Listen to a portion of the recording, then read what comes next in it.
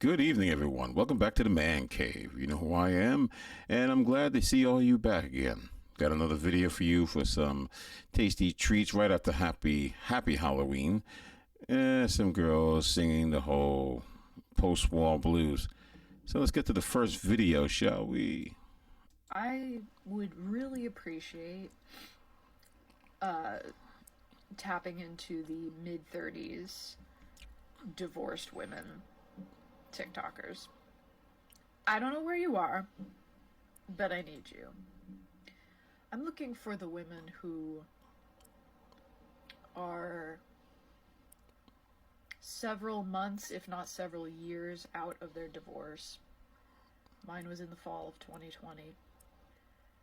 And I just want to talk to you guys and hear from you guys about just like how the fuck you do it. How you screw up your life in one swift swoop of a pen? Easy. You think the grass is greener. I could be over exaggerating, but let's be honest. How do you carry on? How do you not let this destroy you? You can't. The only way you stop it from destroying you is sticking with the man that you're with. Obviously, I'm not talking about, the ones that women like her like to go to give reasons behind why they get divorced, the assaults, but women assault men way more than men do the men do the other way around because they hide behind the 1950s mentality that was actually even false, but whatever. They hide behind a lot of things to justify their actions. When the honest truth is, you probably were not happy. And why is it that you're going to your 30 and 40 plus TikTokers and not your shrink? Simple, because you know that if you go to the shrink, most of the time they will probably tell you where you messed up. But if you go on TikTok, all your girlfriends is going to say that you didn't do anything wrong. But maybe I'm lying. Because if you're in your mid 30s, you know that said divorce directly played into your ability to have children. Where are you guys? The smart ones are probably already still married. Plain and simple. That's what I'm telling you. TikTok is just it. So I will admit, TikTok actually allows videos that most other platforms would not allow. Like the information that people can share that some companies like to regulate to keep you from really knowing the truth. TikTok is really about letting a lot of it get through. Not everything, but a lot of things. And I think that's one of the major reasons why certain organizations hate TikTok. But anyway, most of them are probably already married because they were smart and met and got with the right guy. A lot of you women make a lot of mistakes and then you think you can just up and leave. This country makes divorce so easy that you don't even think twice about the actions before it's too late. And do you need me as badly as I need you? Or have you somehow miraculously figured it all out? And either way, I want to hear from you. The hardest part of my divorce, and I don't know if this is the case for other people, but for me, the hardest part is feeling like I am perpetually in an alternate timeline. And it feels like that because I never pictured a future or a reality where I wasn't going to be with my ex husband and the community and family that we had. And I just find myself, like, over and over experiencing these moments of, like, just, it's not supposed to be this way. Or, like, I feel like I'm in the wrong timeline. I had a moment this morning where I was emptying the dishwasher and just putting dishes away, and I just broke down thinking, like, this isn't supposed to be my silverware. This is not supposed to be my plates. This isn't supposed to be my kitchen. All of this is wrong. How did I end up here? You got divorced. It's not that difficult. You women all know the decisions that you make. You can choose whoever you. Why is it the same story every single time? You guys make the decision to go out with these guys. Whether they're good guys because you settled for them or they're bad guys and you settled for them. You chose. If you had said no, you wouldn't have been in this situation. I guarantee you, you probably skipped over a lot of guys that were good to get to this point. And then you sit here and make it seem like it's not true. Oh, well, you don't know what a guy's like.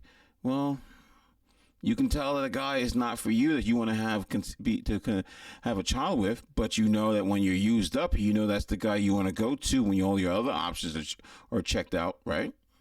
So clearly you know what you're doing when it's convenient. And I'm trying so hard to find the good parts of this new reality or dimension that I'm in. And I am finding them in pieces, but the loss and the pain and the confusion of what I thought my life was. My mother worked full time. She went to grad school. My father refused to finish college. He did not get a full time job, so he never had a 401k. He never brought in health insurance.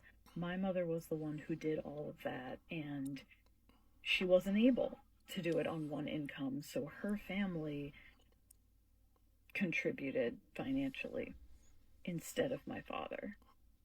Now, my mother went back to work while my father took care of me while I was an infant, and when my mother fell ill a few years later, my father ended up taking on the caretaker role. So, it's not like he was 100% incompetent or incapable, but there were issues, and I internalized those, and I heard conversations about them, and I developed beliefs around this.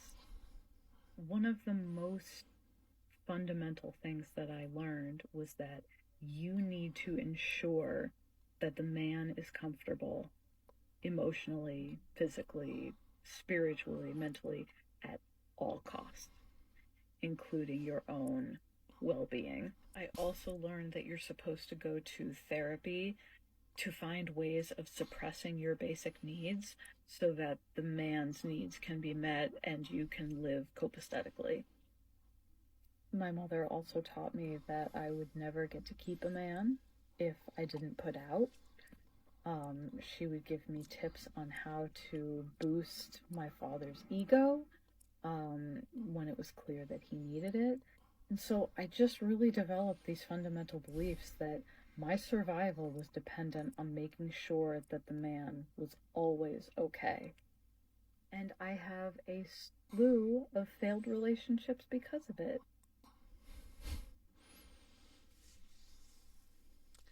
See, I wonder how do I even begin this? Who are you going out with? I mean, that's really what it comes down to. Who are you going out with? Because I can guarantee you probably were checking for the same type of guys that get it so often that they can take advantage of you. I know it because I used to be that. Not anymore.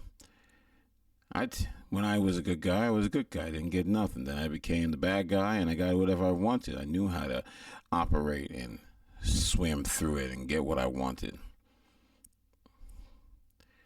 You should be taking care of your man.